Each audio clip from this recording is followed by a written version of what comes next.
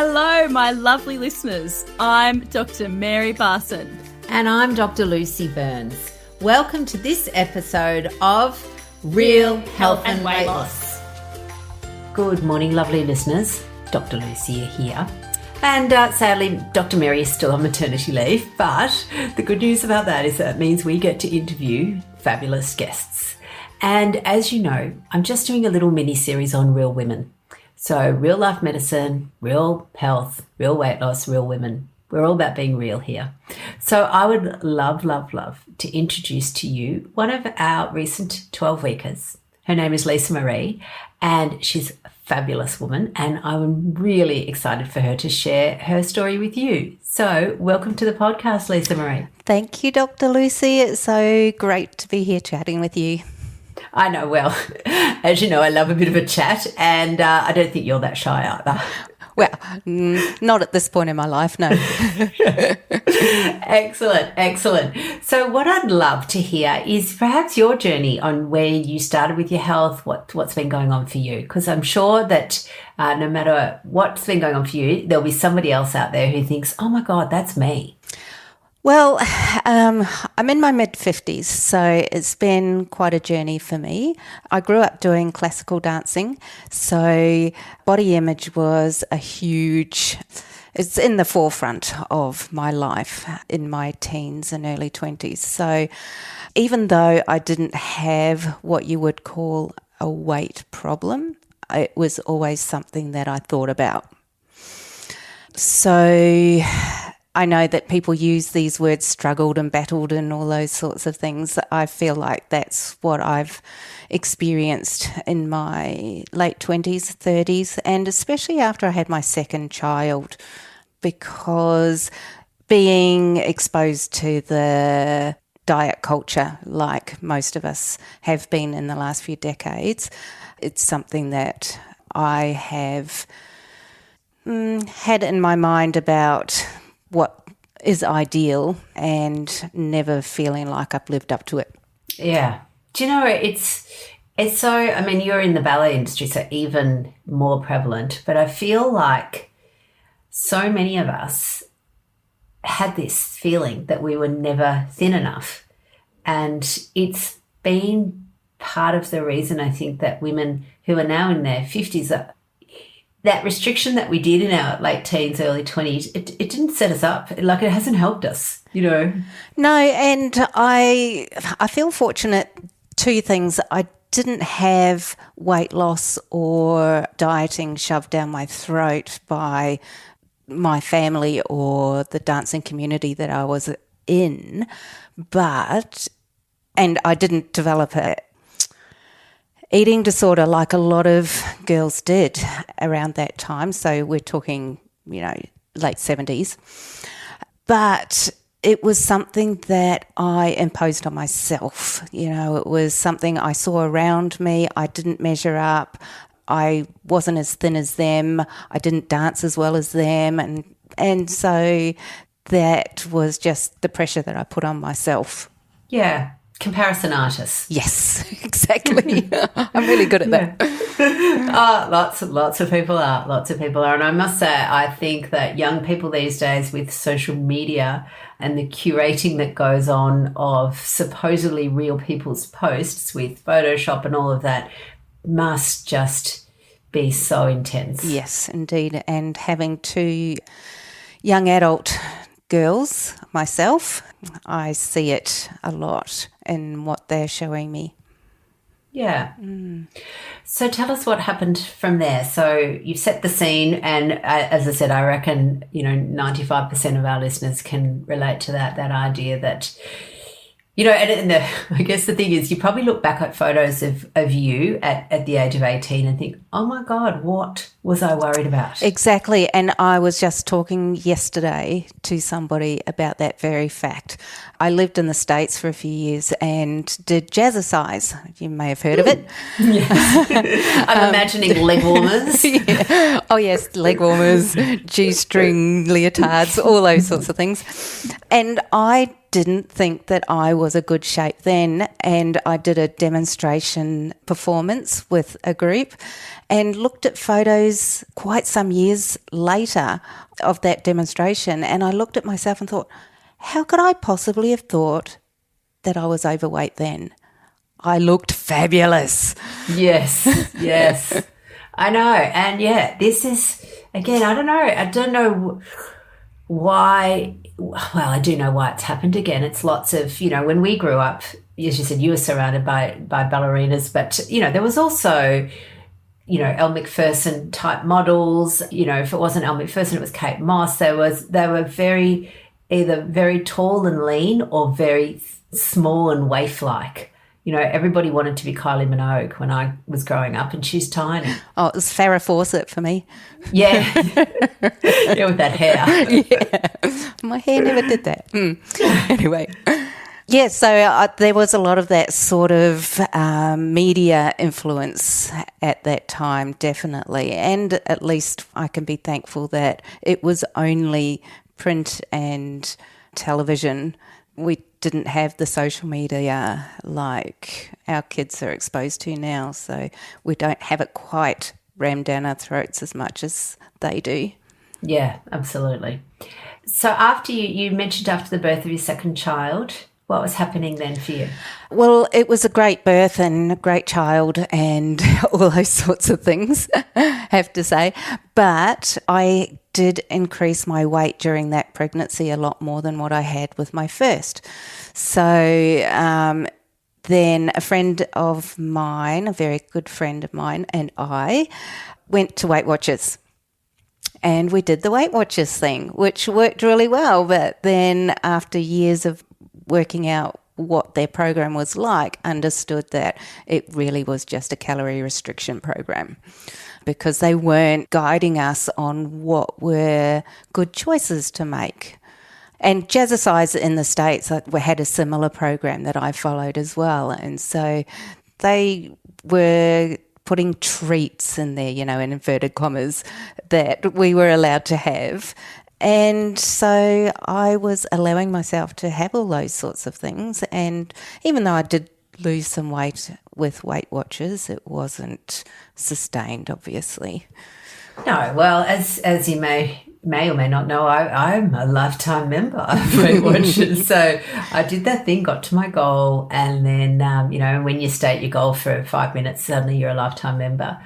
But what I can now reflect on is actually the amount of processed food they encouraged us to eat, and Weight Watchers branded food in particular, which is, I think, how they make their money. Clearly, because they don't charge a lot for membership these days. No, and in fact, the group support, which we both know is so integral to basically long-term weight loss. Those group meetings don't exist in the way they used to. Oh, I didn't realise that. Okay. No, because, they're not cost effective. So at the end of the day, it's a money-making machine. Of course. Yeah. So then what happened? So then in the last, 2 decades, suffering with depression and not doing much in the way of movement. Luckily, I was able to keep friendship connections going, so that I had that going for me. But then I discovered a gym that was very close to me, and I started working out, and I was introduced to the concept of low carb by way of a challenge that they were running. So it wasn't run effectively, and I discovered that it didn't seem to agree with me, because they were encouraging us to do intermittent fasting at the same time. So I found that it exacerbated my depressive symptoms, and my family said that I was really cranky. And so then I was given all that helpful advice from other people who know things that we need a certain amount of carbohydrates for our brain to function. So I thought, okay, well, this obviously isn't right for me. And then I spoke to a friend who's actually a nurse, and she had been listening to your podcast for a while and said, "Oh, you've got to listen to this. I think you'll like it." So I started listening to the Real Life Medicine podcast, and I was hooked. Oh, how exciting. Yes. Yay. Yes. Yeah. So after listening to that for a while, I decided to sign up to the 4-week program and thought that would be enough for me. And I did get a lot out of it, but with listening to more podcasts and other people's accounts, I thought, I think I'll give the 12-week a go. Yep. Yeah. And I think you've been a super active participant in the 12-week program. And I know that people have varying personalities. Some people are introverts and don't like to participate in the Zoom calls, which is fine. And people will still get benefit for that. But the ones that show up every week, and we always start off with a bang, and then there are people that peter out. But the ones that stick with us and really actually do implement, they're the ones who are getting the result. Yes, that's it, isn't it? Is these sorts of things, they become a little bit hard, and your lovely term about hiding the bear behind the tree, it gets a bit like that, and then the impetus wears off, and then, oh no, it didn't work for me, and it's not right for me. Well, I think there's a couple of things that happen. So remembering, of course, that our brain will come up with the reasonable stories. So for some people, various things get in their way. And it may be fear. It's often fear. Fear is what often holds people back. Sometimes it's poor advice, which is what I would say probably happened for you at the gym challenge, where you were, intermittent fasting. As you know, we like intermittent fasting, but our big thing is don't go hard. Don't go too hard too soon. Going hard too soon is just a fantastic way to bugger everything up. But I think the thing that happens for some people is that, and in fact, you'll remember we talked about this in the first coaching call, where I paint the picture of the hero's quest, and people start off and they're all excited and they've got all this hope. And then as you're sort of, making your way through the big forest, and there's going to be a few little challenges along the way, you may well find that if you don't kind of just push through those challenges, that you just fall off. And I think some people, that does happen to some people. And that's why we do the Heroes one at the start, to say to people, you know what, if you're finding something a bit challenging, that's okay, that's normal. Your excitement level has sort of waned, and now you're actually just facing the cold hard reality that sometimes there are some things that are tricky. Well, I think that the fact that I only work part-time means that I've got more time to devote to thinking about the worksheets and how I'm tracking with the program and turning up for the coaching calls. And that might be a barrier for some people, especially if they're working full-time. But I feel like my dedication to the program is really where I have seen the benefit, especially with being part of the community. It's given me an accountability, and I feed off the enthusiasm from both you and Dr. Mary and the other participants. Yeah. Well, I think, one of the things we talk about, the success of a program is really that the 3 C's, the content. So again, that's maybe where your gym program, the content wasn't quite right for you. The coaching, which is where you can get out of your own head. And I think you even mentioned that it feels sometimes a bit like counselling. And then the community. Because again, the reasonable story is sometimes I'm too busy. But we have lots of people. In fact, we have doctors that do our program. They work full-time, they're in caring roles. But the busy bit is actually what it often is I haven't got the time to dedicate to myself. And we talk about the fact that it's not about time, it's about priorities. And that sometimes we, as caring women, put everybody else ahead of us. And that's something that I have been talking to other people this week about, because since chatting in the coaching call about those issues, I'm noticing it amongst other women in my life. So it's been something that I'd like to be able to help others with as well. Yeah, well, I think just by coming on the podcast and talking about it is the first thing, because for a lot of us, you're not even aware, like the awareness isn't even there. You know, women where the busy is just, it's a legitimate reason not to prioritize yourself. It's worn like a badge of honor. You know, I'm so busy. Well, I have to admit that even though I work part-time now, it's only a relatively recent thing. And as I mentioned, my girls are pretty well grown up now. One's moved out. So I've only got the late teen girl left at home, and she's pretty self-sufficient. So really, I have stacks of time in my life, but I would make excuses still to not prioritise things for myself because I'm just too busy to do that. Yeah. Even though I've got so much time. Well, and again, what you're doing here is you're challenging your underlying belief, and the underlying belief is I'm busy, and we can all be busy doing lots of things, whether we're busy working mums, whether we're retired, whether we're, the CEO of a giant company. People can always fill their time up. It's about making your health a priority for you. And as you know, we have that kindness and compassion that comes in, because clearly there are times where as parents or carers or just being a decent human, you do have to put other people's health above those. If someone's sick or if they're in trouble, you're gonna look after them. And they would be the times that sometimes we see people slipping off too, is when something's happened. But we talk about that too. We talk about that's why in times of stress and distress, we will revert to our old patterns. And of course, you do mention that that's the key time that we need to devote more time for ourselves, to carve out that self-care time. I know. It's such a paradox, isn't it? Because your brain's going, I haven't got busy. I haven't got time to do that. I'm too busy to meditate. I'm too busy to go to bed early. But in actual fact, that is when you actually need to do it the most. Yeah.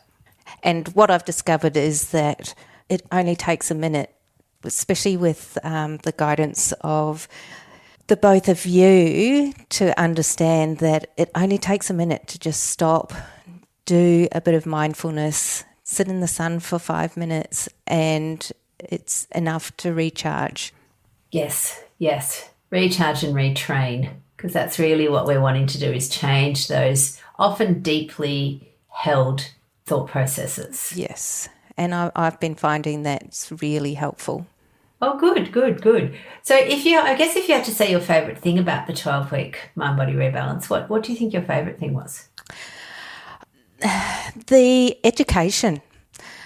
As I mentioned, I did do the 4-week program and then subsequently decided to do the 12 weeks, because even though I felt like I'd learned a lot already, and I was coming into it with a fair amount of knowledge as well, the amount that I have learned from this program is phenomenal. And that, as well as the coaching calls that, like I mentioned before, is like counselling, increases in that education space too. So learning from you and Dr. Mary and learning from other people in the group, it's been, I think, the highlight. Oh, wonderful. Well, it's interesting because, really counselling is just helping people find a different way to view a problem, a different way to view it or a different way to cope with it. And Mary and I do a lot of counselling within our general practice, but recognising that a lot of that translates into those stories in our head that we always talk about being able to implement your lifestyle changes long term. And I feel like what I've learned is going to carry me through the rest of my life, because I feel that the lifestyle, it's not just the low carb eating. And I didn't even come into this needing to lose a lot of weight either. So it's not just the eating, even though that's wonderful. It's the mindset stuff that I've learnt that I can refer back to, and having the materials available to me after I've even finished the course is still going to be invaluable.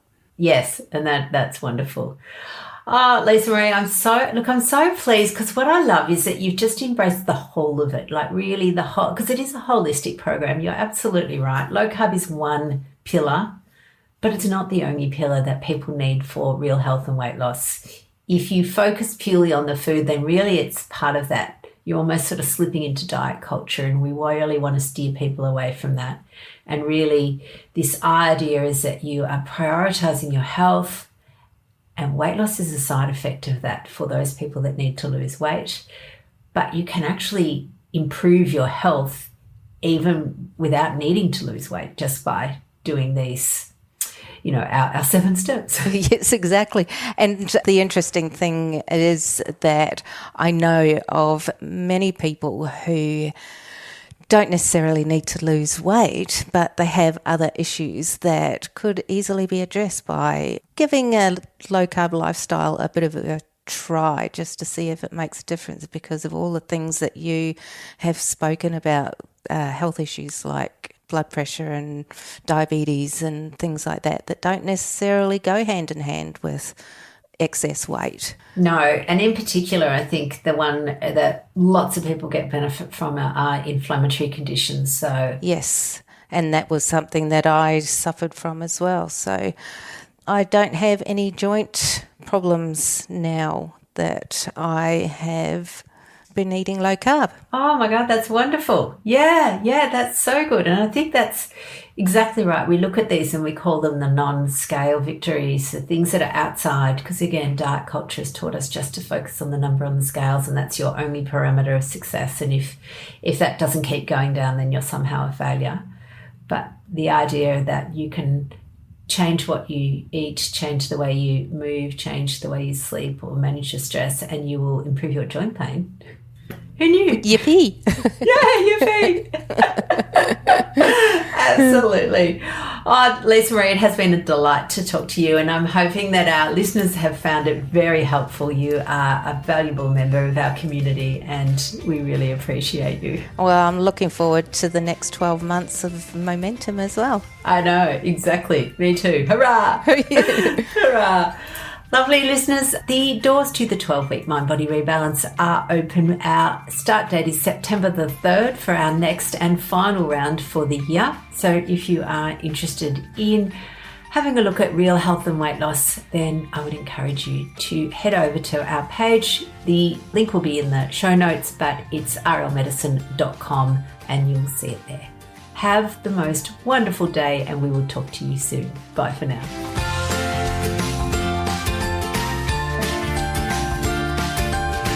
So, my lovely listeners, that ends this episode of Real Health and Weight Loss. I'm Dr. Lucy Burns. And I'm Dr. Mary Barson.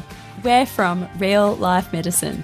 To contact us, please visit rlmedicine.com. And until next time, thanks for listening. The information shared on the Real Health and Weight Loss podcast, including show notes and links, provides general information only. It is not a substitute, nor is it intended to provide individualized medical advice, diagnosis, or treatment, nor can it be construed as such. Please consult your doctor for any medical concerns.